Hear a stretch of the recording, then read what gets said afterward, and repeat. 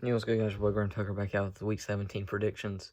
This week we have a lot of playoff implications here, as this is a big week, Week 17. It's always the biggest one of the week.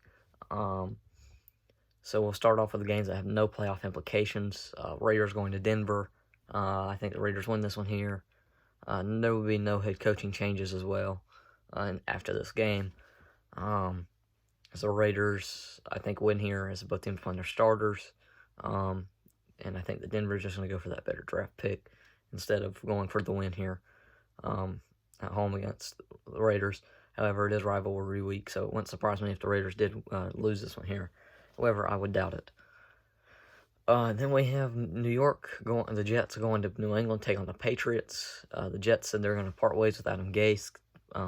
Patriots said they're going to part ways with Cam Newton after this game. So this will be the final game Cam Newton plays for the Patriots, and this will be the final game that Adam Gase coaches the Jets. And I think that the Patriots decide to win here. Win here. I think they're the better team. However, the Jets are on a win streak. They might win here. However, I don't think so. And then we have the Chargers going to Kansas City, take on the Chiefs.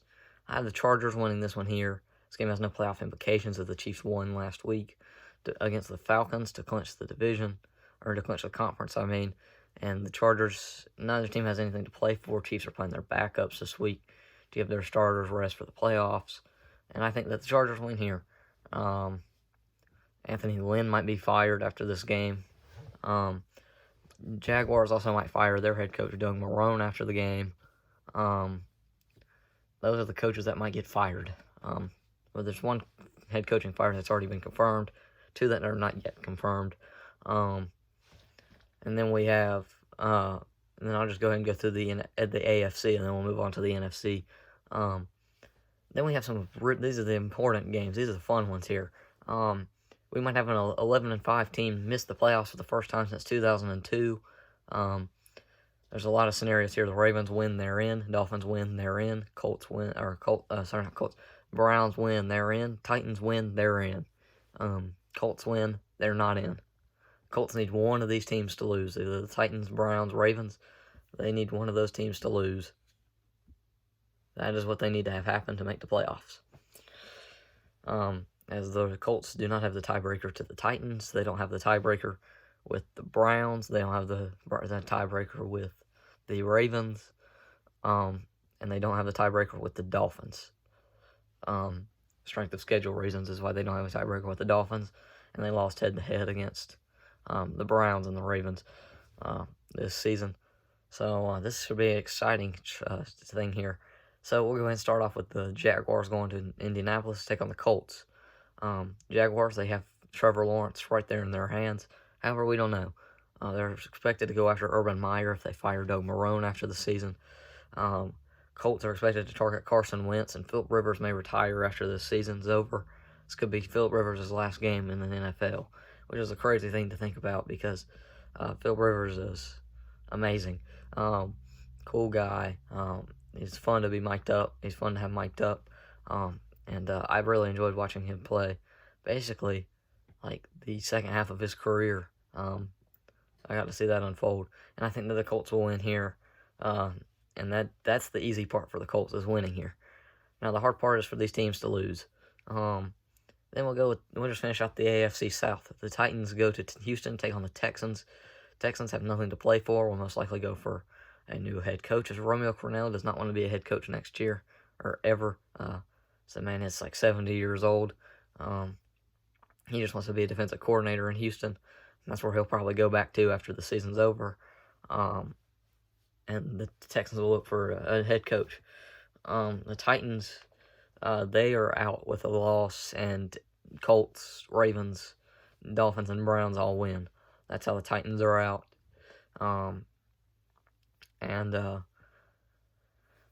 Basically what needs to happen here is that they need to win. If they win, they're in. Titans, I believe, will beat the Texans on the road here. I believe the Titans win. I believe that they're in the playoffs. Now comes the more interesting part here. So the Steelers said that they're going to play some of their starters, not all of them, against the Browns, as the Steelers can't move anywhere past 3, no matter what happens this week. They can't move anywhere past 3. And I think that's why the Browns win here, is just because the Steelers don't play their whole entire starting lineup this week. And I just think that the Browns win here at home. However, I think that this is the best chance for the Colts to make the playoffs as a Browns loss. I don't see that, and also I think the Dolphins could lose, Ravens could lose. However, I would doubt it. Then we have the Dolphins going over to Buffalo to take on the Bills. I think the Dolphins win this one here, as the Bills are most likely not going to play their starters. If they do, they'll play them for like a quarter and then take them out. The Ravens are going to go to Cincinnati to take on the Bengals. I think the Ravens win this one here, and that basically means that the Colts are eliminated from playoff contention. Be the first 11-5 team to do so since 2002. And like I said, Anthony Lynn, Adam Gase, and Doug Marrone are the coaches that are projected to be fired after the season's over, or after this week, as the Chargers, Jets, and Jaguars are all eliminated from playoff contention currently. And then I will go into ranking every coach this season, and just ranking them from 32 to 1, who was the worst coach, and then I'm going to get my award predictions out the week of the awards. And I think that we see, so I just got a tweet notification. Anthony Lynn will be meeting with ownership on Tuesday. That's whenever Anthony Lynn will either be fired or not. However, if he wins today, he's on a 4-game win streak, and I would doubt that he does get fired if they win a 4th straight. However, he could get fired. I think that is, I think Anthony Lynn's a good coach. It's just, the Chargers just haven't been a good team, really, whenever he's been the coach. And I think that's the general manager's fault and everything else. I had Vic Fangio on my hot seat list that I made 2 weeks ago. I had him on the hot seat, as I thought that, he had 2 bad seasons with Denver. Thought maybe he'd be gone, but no, they said that he's not on the hot seat. So I can go ahead and remove him from there. But I think that Vic Fangio, he's a defensive coach. And I think that's a great thing that Denver needs. However, I think they need an offensive coach, and maybe move him down to the defensive coordinator and have someone else step up and be a coach that has more of an offensive-minded side of the game instead of a defensive-minded side of the game, because they need offense bad. They need a quarterback. They need a quarterback to play bad. And I think that the Denver Broncos might be a team to draft a quarterback this year. However, I don't know if they've given up on Drew Lock just yet or not. There's also a big thing going around that the Jets will make a big trade this offseason, whether it be trading Sam Darnold or the 2nd overall pick, which they have locked up number 2 for sure, being 2 wins behind everybody else entering in today, or being 2 wins behind everyone that's in front of them currently. The Texans right now have the 3rd pick, but if they lose today, they'll have the 3rd pick in the draft, projected. Have 3rd pick in the draft, as they're not very good this year. But then the AFC playoff picture would be looking like this after the season, or after, if all of my predictions were to hold true. The Chiefs would have the bye week with the 17 playoff format now that we have, which was just added this year. The Chiefs are the 1 seed's the only team that has a bye. The Chiefs would have the bye here, and I think that it's a well-deserved bye. I think they'll be 14-2 and get to play, and the playoffs will run through Kansas City. Buffalo will play a home game to either Cleveland or Indianapolis. However, I have it set up to where they'll be playing a home game against Cleveland. Be Cleveland's first playoff game since 2007. It's pretty crazy. And I'm not going to say my predictions or anything what's going to happen. Then we have Pittsburgh hosting the Ravens. Be the 3rd meeting between these 2 teams this season. Pittsburgh won the 2 previous meetings between these 2. However, the Ravens are on a hot streak, so that could change a few things up, but maybe not. Then we have the Dolphins going to Tennessee to take on the Titans. Last time the Dolphins were in the playoffs was 2016, where they played against the Steelers and lost. The Titans made the playoffs and made a surprise AFC championship run, and with a win today, they are the AFC South Division champions. Pittsburgh are the AFC North Division champions. AFC East champions are the Bills, and the AFC West champions are the Chiefs. This has been truly exciting just to get down into the last little bit here. the Bengals head coach Zach Taylor. This is the last piece of news I have for the AFC, and then we'll move on. Bengals coach Zach Taylor is projected to not be fired, even though he's had a 6-24 record as a head coach. However, they really enjoyed what they saw whenever he worked with Joe Burrow, and I think that that's the right decision to not fire him. I had him on the hot seat just because of his poor record, but I think that it is a possibility that he might be fired. I don't think so. And then we move on to the non-important games out here in the NFC. We'll start out with there's only one game that has no playoff implications at all, and then I'll just go into its excitement factor here in the NFC. So we'll start off with Minnesota going to Detroit, take on the Lions. I think Minnesota wins. Both teams are playing their starters, so I think that it just goes off to who's the better team. I think Minnesota's a better team than Detroit. Detroit's just got an interim head coach who I can't really trust so far. Last week he didn't get to coach because of certain reasons. He just wasn't available to coach. But I think that I think the Vikings win here, and doesn't really change anything in the NFC at all, playoff picture wise. So it doesn't really matter. So the Eagles just announced that head coach Doug Peterson, who I had on the hot seat, is safe, will not be fired. So now there's only 7 coaches that could be fired. So then now we have the Cardinals going to Los Angeles to take on the Rams. I have the Cardinals winning this one here, as the Cardinals have everyone healthy, basically, except for Christian Kirk and Larry Fitzgerald, who are not going to be playing this game due to certain reasons. Well, Larry Fitzgerald's out, but Christian Kirk's got certain reasons he can't play. And the Rams are without Jared Goff with a broken thumb. So I think the Cardinals win here. John Wolford is supposed to be the quarterback of the Rams. I don't know much about him, but he's supposed to be He's going to be the quarterback this week, and that's why I think the Cardinals win, is just because of a different quarterback. And then I think that the Cardinals win. And then I have Tampa Bay winning against Atlanta today. Atlanta goes to Tampa Bay. The last time these two teams met was 2 weeks ago, with a 17-point comeback by Tom Brady to clinch the playoff berth. Or I guess he could technically clinch the playoff berth against the Lions, rather, last week. But I think that with the Buccaneers win here, they go to play against the NFC East champion with a win today, which is probably going to be a good thing for them. However, they might be underestimating the NFC East champion and lose. Who knows? Now the Rams, so the Cardinals, they won, so they're in. The Cardinals win and they're in. Rams win, they're in. That's how that's going to work out. And the team that loses that Cardinals game could be eliminated if the Bears win against the Packers.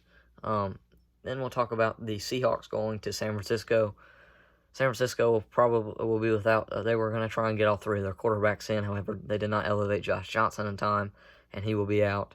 And now Josh Rosen and C.J. Beathard will be the 2 quarterbacks playing, and I'm assuming they're going to split it up in halves, where the first half might be Beathard, second half Rosen. Who knows? But anyways, I don't really care what San Francisco does. I think they're going to lose to Seattle today, and I think that Seattle will be. So basically what happens today is New Orleans cannot win the first seed. Seattle can.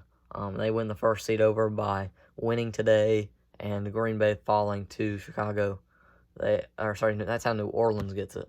If Green Bay loses and New Orleans wins, New Orleans is the first seed. Doesn't matter what Seattle does at all. But if Green Bay loses, then New Orleans is the first seed. So that's pretty exciting stuff there with this first seed.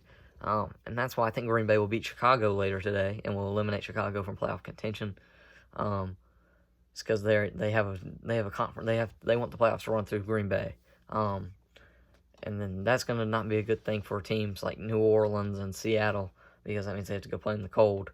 Well, Seattle technically has to play in the cold anyways, but New Orleans has to play in the cold if they want to get to the NFC Championship game, which is the only time they'll ever get to play Aaron Rodgers in Green Bay, is if they make it there. And I have Green Bay beating Chicago. Chicago will most likely keep Matt Nagy after the season. And they'll most likely keep Ryan Pace, their GM, and then they'll most likely keep Mitch Trubisky around for one more season at least, as this playoff push has been something that they didn't think the Bears would be doing.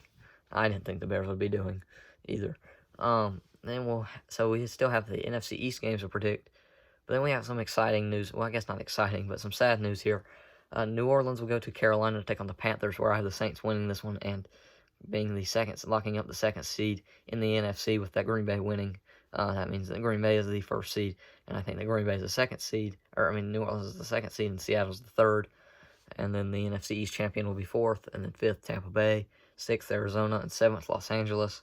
That's how the playoff bracket's set up in the NFC. However, Drew Brees did announce today that after next week, according to my predictions, after next week, or anytime after February, or before February, sometime within the next month, he will be retiring from the NFL. That's some sad news because Drew Brees is one of the greatest quarterbacks of all time, and we're going to see him step away from the game for good after this season, which is good news for Taysom Hill, who will become the starting quarterback unless they decide to go to Tommy Stevens out of Mississippi State, or they decide to go to draft a different quarterback and go to that quarterback, or Jameis Winston stays around and they go to him. Who knows what they do?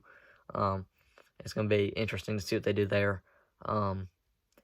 But there's no really coaches out here in the NFC that I see as like on the hot seat. I see McCarthy on the hot seat here, but I don't think he'll get fired, considering what they've done in recent weeks here. And they just announced Peterson was safe. And they just announced that Nagy's going to be safe, most likely. But then we have the NFC East. We'll start off with the least exciting game, where the team has the hardest path, which will be either Dallas or New York. Both these teams have the hardest path to make it. Giants have a 0.1% chance to make the playoffs. Dallas has a 0.9% chance to make the playoffs. So it's pretty difficult here.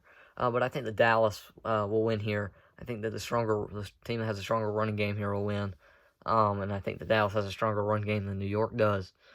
Even though Mike McCarthy doesn't know how to utilize a running back, I still think that Ezekiel Elliott's top 15 running back in the NFL. And I think that the Dallas Cowboys win in the snow against the Giants. Then we have Washington going to Philadelphia on Sunday night. Final game of the week, game number 256 on the season. This will be the final game of the regular season. I think Washington wins. They're in. However, if Washington loses, then Dallas wins, Dallas is in. Giants win and Washington loses, Giants are in. If it's a tie in Dallas, then it doesn't matter what happens in Washington. If Washington decided to lose and Dallas, New York decided to tie, actually, if that happened, Dallas would be in the playoffs with a tie. So it does matter. They have to win no matter what. With a tie, the Giants would be out. So the Giants are out with a loss or tie.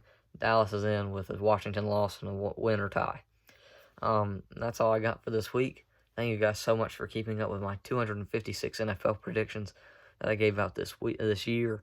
I will be doing more than the playoff. I'll do wild card, divisional, and the championship games and the Super Bowl predictions, and then I'll do my award predictions, and it'll be exciting. We'll see how I do on those predictions in the playoffs. Thank you guys so much for being tuned in, and I'll see you guys all next week for wild card predictions. Peace out.